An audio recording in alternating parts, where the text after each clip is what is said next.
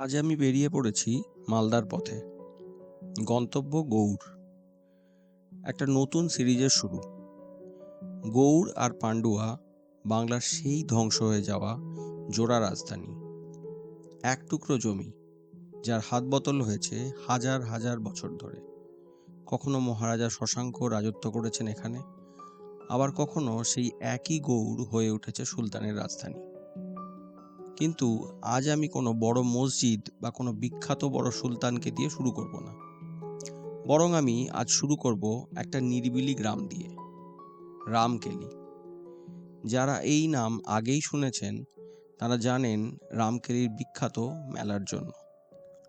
আর আমার মতন যারা আমার মতোই আজকে এই নামের সাথে প্রথম পরিচিত হচ্ছেন, তাদের জন্য আছে বেশ কিছু নতুন গল্প।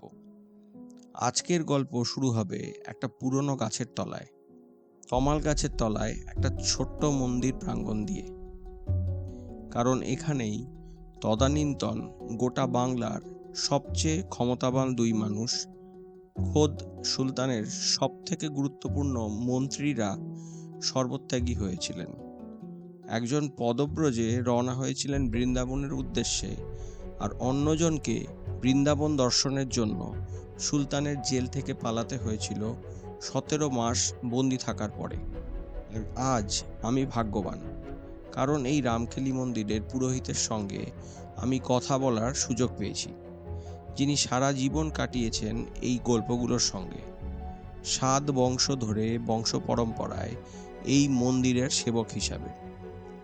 এই গল্পটা কিছুটা বলবো আমি, আর কিছুটা আপনারা আজকে শুনবেন খোদ রামকেলি মন্দিরের পুরোহিত মদন পাণিগ্রাহী বাবুর কাছ থেকে।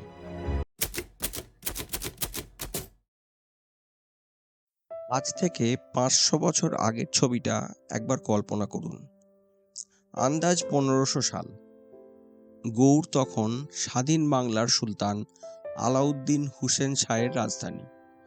বাংলা, বিহার, উড়িষ্যার বিস্তীর্ণ অঞ্চল তখন এই সুলতানের অধীনে। আর সেই রাজসভার শীর্ষস্থানে রয়েছেন দুই ভাই। বড় ভাই সনাতন, উপাধি ছিল সাকার মল্লিক, কার্যত সুলতানের কোষাধ্যক্ষ এবং প্রধানমন্ত্রী। ছোট ভাই রূপ, উপাধি ছিল দবির এ খাস, সুলতানের ব্যক্তিগত সচিব। এই দুই মানুষ পূর্ব ভারতের সবথেকে ধনী রাজ্যের প্রশাসন চালাতেন।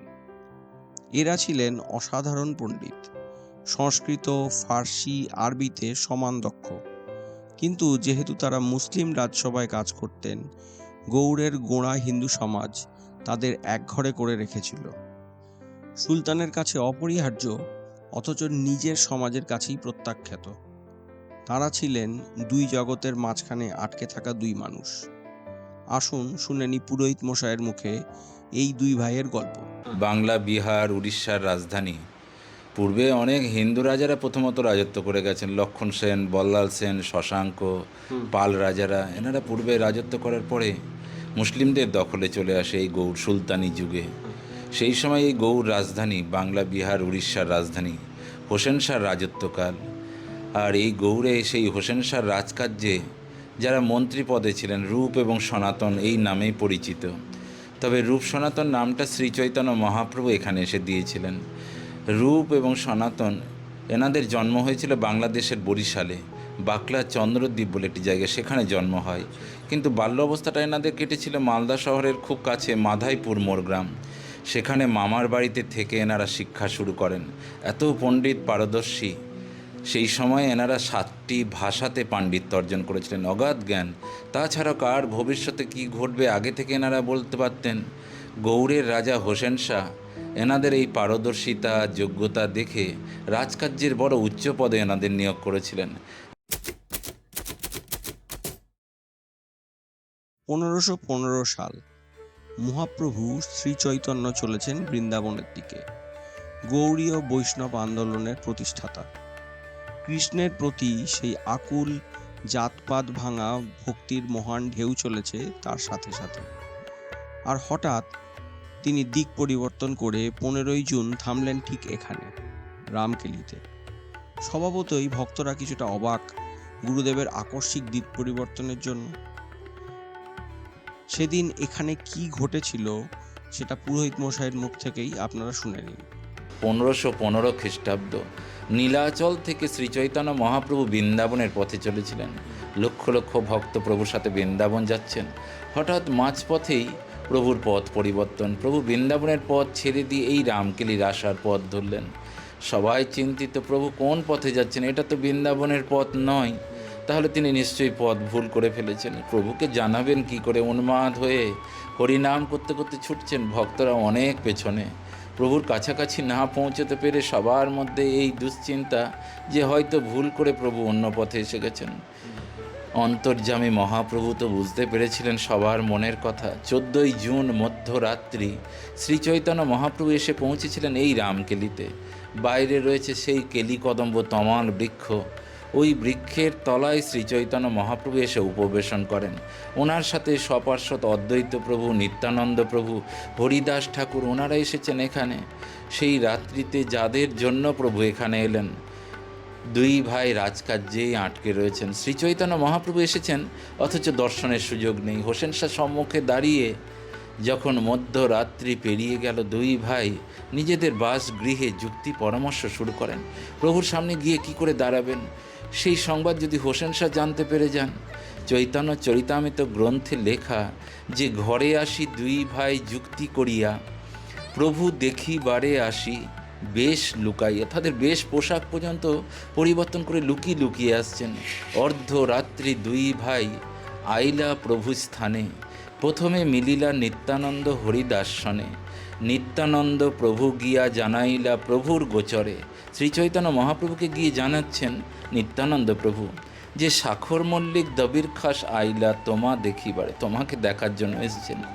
শ্রীচৈতন্য মহাপ্রভু হাত বাড়িয়েছিলেন, আমি তো তাদেরই জন্য এসেছি এই রামকেলিতে। এই গৌড় দেশের অর্থমন্ত্রী, প্রধানমন্ত্রী শ্রীচৈতন্য মহাপ্রভুর সম্মুখে দাঁড়িয়ে রয়েছেন বড় দৈন্যভাবে। প্রভুকে বলছেন, প্রভু তৃণ হতেও তুচ্ছ মোরা। এক গুচ্ছ তৃণ দন্তে ধারণ করে দুই ভাই শ্রীচৈতন্য মহাপ্রভুর পদযুগলে লুটিয়ে পড়েছিলেন ওই তমাল বৃক্ষের তলায়। পুরোহিত মশাই যে গাছটার কথা বললেন সেই তমাল গাছ আজও এখানে। আর সেই মন্দিরের নিচে আছে একটা পাথর, যাতে আছে চৈতন্যের পায়ের ছাপ। সেই সাক্ষাতে চৈতন্য শুধু আশীর্বাদই করলেন না, দুই ভাইকে নতুন দুটি নাম দিলেন। সাকার মল্লিক হলেন সনাতন, আর দবিরে খাস হলেন রূপ। এর কিছুদিনের মধ্যেই মহাপ্রভু শ্রীচৈতন্য আর বৃন্দাবনে না গিয়ে ফিরে গেলেন নবদ্বীপে। কিন্তু দুই ভাই রূপ আর সনাতনের মন পড়ে রইল মহাপ্রভু শ্রীচৈতন্য দর্শন করার অপেক্ষায়। এরপরে দুই ভাইয়ের আর রাজকার্যে মন বসত না। মন যেতে চাইতো বৃন্দাবনের দিকে, কিন্তু যাব বললেই তো আর যাওয়া হয় না। সুলতান তাদের বৃন্দাবনে যেতে দিলেন না। না যেতে দিয়ে তিনি কি কি করলেন আসুন তা পুরোহিত মশাইয়ের মুখেই শুনে নি। দুই ভাইয়ের অশ্রু বর্ষণ প্রভু যেন শীঘ্রই তাদের কৃপা করেন, উদ্ধার করেন। শ্রী চৈতন্য মহাপ্রভু তাদের সান্ত্বনা দিয়েছিলেন, ধৈর্য ধরো, নিশ্চয়ই তোমরা কৃষ্ণের কৃপা পাবে। আমি এসেছি তোমাদেরই জন্য। প্রভু বলছেন, এই গৌরের নিকটে আসিতে মোর নাহি প্রয়োজন, তোমা দোহা দেখিতেই মোর ইহা আগমন। এই মোর মনের কথা কেহ নাহি জানে, সবে বলে কেন আইলা রাম কেলিগ্রামে। সবাই বলছে, তবে এইসব গ্রন্থের লেখা এই মন গড়ানো কারো গল্প নয়। তবে শ্রীচৈতন্য মহাপ্রভু চরণ এনারা দুই ভাই বারবার আবদার করছেন, প্রভু কৃপা করুন, আমাদের এই রাজকার্য থেকে উদ্ধার করুন। প্রভু বলছেন, কিসের এত ভয় তোমরা পাও? এই গৌড় দেশের এত উচ্চ পদে রাজকার্য করো। হোসেন শাহর এই আচরণের কথা এনারা জানান যে হোসেন শাহ যে বড় ক্রোধী ব্যক্তি, এত ভক্ত নিয়ে এখানে এসেছেন, এ নিরাপদ স্থান নয়। তবে এত ভক্ত নিয়ে বৃন্দাবন যাত্রাও প্রভু পরিপাটির হবে না, আনন্দে পাওয়া যায় না। শ্রী চৈতন্য মহাপ্রভু সেই যাত্রায় কিন্তু আর বৃন্দাবন গেলেন না। এনাদের কথা মতো তিনি শান্তিপুর হয়ে নবদ্বীপ ফিরে গিয়েছিলেন। তবে এই রামকেলিতে শ্রী চৈতন্য মহাপ্রভু 4 দিন অবস্থান করেছিলেন। আজও এখানে প্রতি বছর একটা বাৎসরিক উৎসব হয়, রামকেলি মেলা উৎসব। প্রতি জুনের 14 তারিখ থেকে সেই উৎসব শুরু হয়, কারণ সেই দিনটা হচ্ছে শ্রী চৈতন্য মহাপ্রভুর এই রামকেলিতে আগমন তিথি। ওই আগমন তিথি উপলক্ষে প্রভুর এই রামকেলিতে উৎসব, বিশাল উৎসব 4 দিন ধরে চলে। প্রভু যখন চলে যাচ্ছেন, এনারা দুই ভাই প্রভুর পদযুগলে বারবার লুটিয়ে পড়ছেন, প্রভু কৃপা করুন, উদ্ধার করুন। প্রভু ভোরবেলা এই রামকেলির এই গৌড়ের রাজপথ দিয়ে হরিনাম সংকীর্তন করতে করতে এগিয়ে পড়লেন। এতে কিন্তু হোসেন শাহ গৌড়ের রাজা ঘাবড়ে যান, রাজধানী আক্রমণের কথা তিনি ভাবেন। কিন্তু তিনি যখন নিজে প্রাসাদ থেকে বেরিয়ে দেখছেন এক সন্ন্যাসী এইভাবে ছুটতে ছুটতে যাচ্ছেন, আর ওনার পেছনে লক্ষাধিক ব্যক্তি, কারো হাতে কোনো অস্ত্র তো নেই, তাহলে এরা আক্রমণ করার জন্য আসেনি। তবে বড় অবাক হয়ে হোসেন শাহ তাকিয়ে রয়েছেন, এই সন্ন্যাসীর পেছনে এত লোক ছোটে কেন, কি আশাতে এনার পেছনে এই লক্ষ লক্ষ ব্যক্তিরা ছুটছেন। হোসেন শাহ এও বলেন, আমি তো যুদ্ধে যাই, আমি অর্থ দিয়ে লোকজনদের নিয়ে যাই, তখন আমার সাথে তো এত লোক থাকে না, তবে ইনি কে, কেন এনার পেছনে এত এত লোক? নানা প্রশ্ন হোসেন শাহর। তবে ক্ষণিকের মধ্যে হোসেন শাহ বুঝতে পেরেছিলেন সাধারণ সন্ন্যাসী নন, ইনি নিশ্চয়ই ঈশ্বরের কোনো প্রতিরূপ, প্রতিনিধি। প্রভুর কৃপার পরেই কিন্তু এনাদের বৈরাগ্য ভাব। একসময় রাজকার্য থেকে এনারা চলে যাওয়ার সিদ্ধান্ত নিলেন। হোসেন শাহ বারবার তদারকি পাঠান এখানে, এরা রাজকার্যে কেন আসে না, অসুখ বিসুখ হলো না তো? রাজবৈদ্যকে তিনি পাঠালেন চিকিৎসার জন্য, কিন্তু সেই বৌদ্ধ কবিরাজি বৌদ্ধ তিনি এসে দেখছেন এনারা ধর্ম নিয়ে ব্যস্ত, কিন্তু অসুখের তো কোনো লক্ষণ নেই, কেন এরা রাজকার্যে যায় না? হোসেন শাহকে এই সংবাদ গিয়ে জানিয়ে দিলেন, যা দেখে এলাম আমার মনে হয় না তারা রাজকার্যে আর ফিরবে।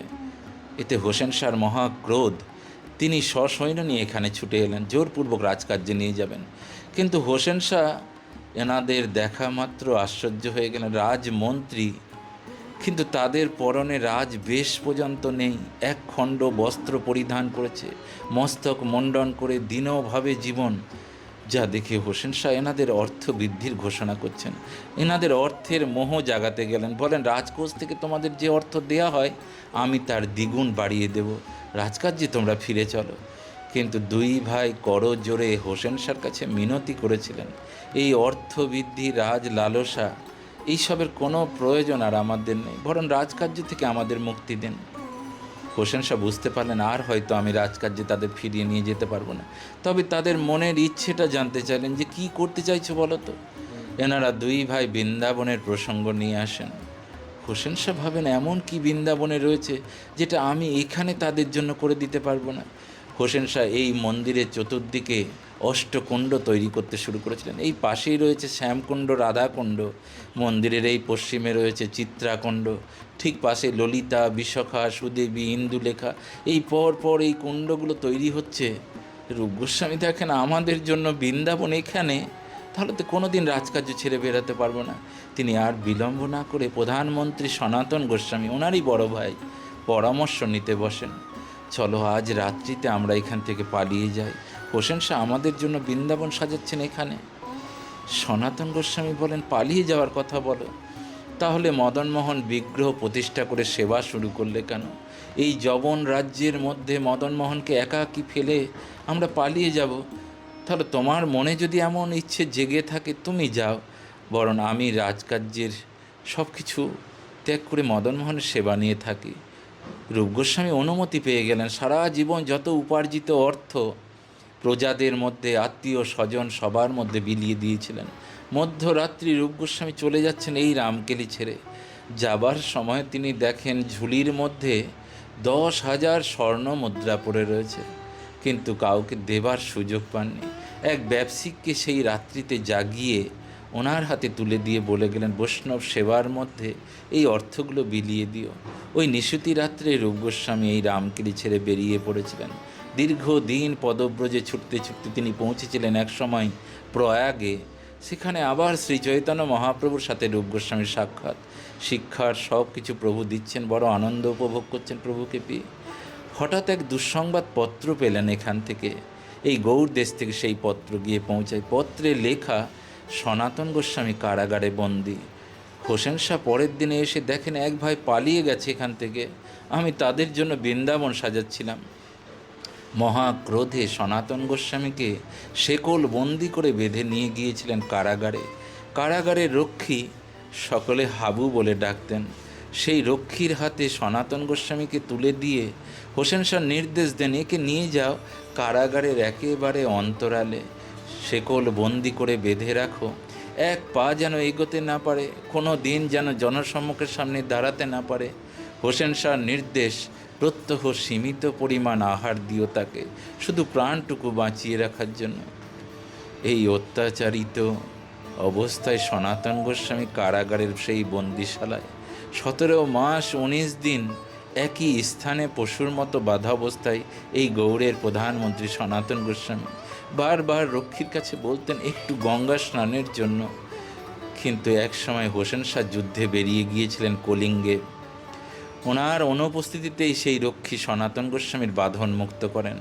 কিন্তু দেখেন সারা শরীরের মধ্যে জরা ব্যাধিতে সনাতন গোস্বামী দুর্গন্ধ ছড়াচ্ছে। এই অবস্থায় নিয়ে গিয়েছিলেন গঙ্গার ঘাটে, অগাধ গঙ্গার সেই জলস্রোত।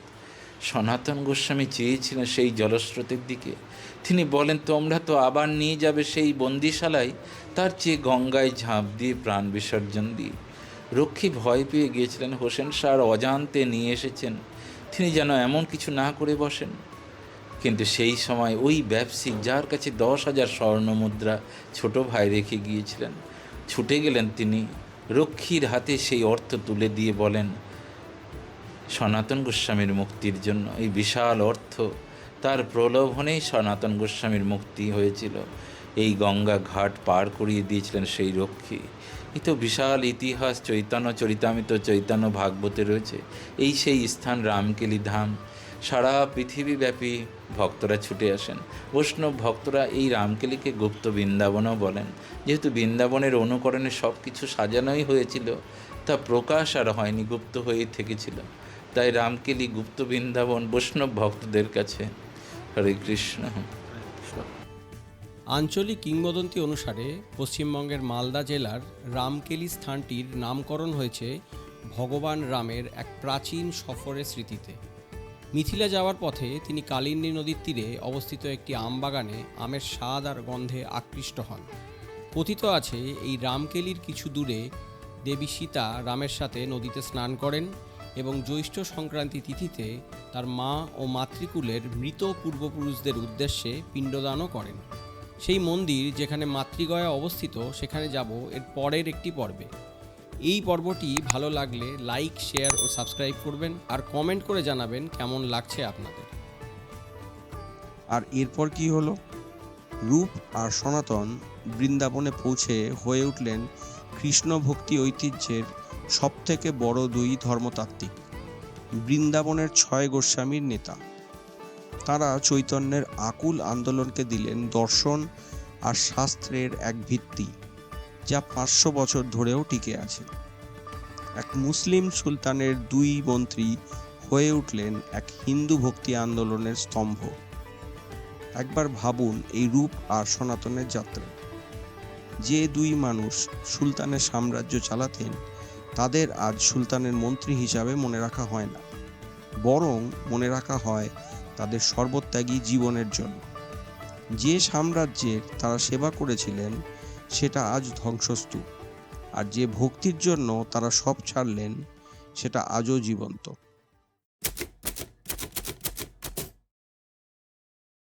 এই রামকেলির চারপাশে মাইলের পর মাইল জুড়ে ছড়িয়ে আছে গৌড়ের ধ্বংসাবশেষ। বড়সোনা মসজিদ, দাখিল দরওয়াজা, ফিরোজ মিনার, সবচেয়ে প্রতাপশালী সুলতানের কীর্তি চিরকাল টিকে থাকার জন্য গড়া, কিন্তু আজ তা সবই খালি ধ্বংসাবশেষ। আর এই সব পতিত জৌলুসের মাঝে আছে একটা ছোট্ট মন্দির, একটা পুরনো গাছ, 8টা কুণ্ড। কোনো সেনাবাহিনী এটা গড়েনি, কোনো সুলতান হুকুম করেনি। এটা টিকে আছে কারণ 500 বছর ধরে মানুষ কাতারে কাতারে এসছে এই রামকেলিতে, সেই 2 ভাইকে মনে রাখতে, যারা রাজপাট ছেড়ে হয়েছিলেন সর্বত্যাগী। এই ছিল রামকেলির গল্প। হারিয়ে যাওয়া শহর গৌড়ের একটা ছোট্ট মন্দির, যা গৌড়ীয় বৈষ্ণব ধর্মের উৎপত্তিস্থল। কিন্তু এটা সবে শুরু। চারপাশে পড়ে আছে বিভিন্ন সাম্রাজ্যের ধ্বংসাবশেষ, ভারতের সবথেকে বড় মসজিদ, কুতুব মিনারকে টেক্কা দেওয়া এক মিনার, পৃথিবীর অন্যতম জনবহুল শহরের তোরণ। আগামী পর্বগুলোয় একে একে দেখব সেই সব কিছু। এক শহর, বহু রাজা। সঙ্গে থাকুন, আবার দেখা হবে।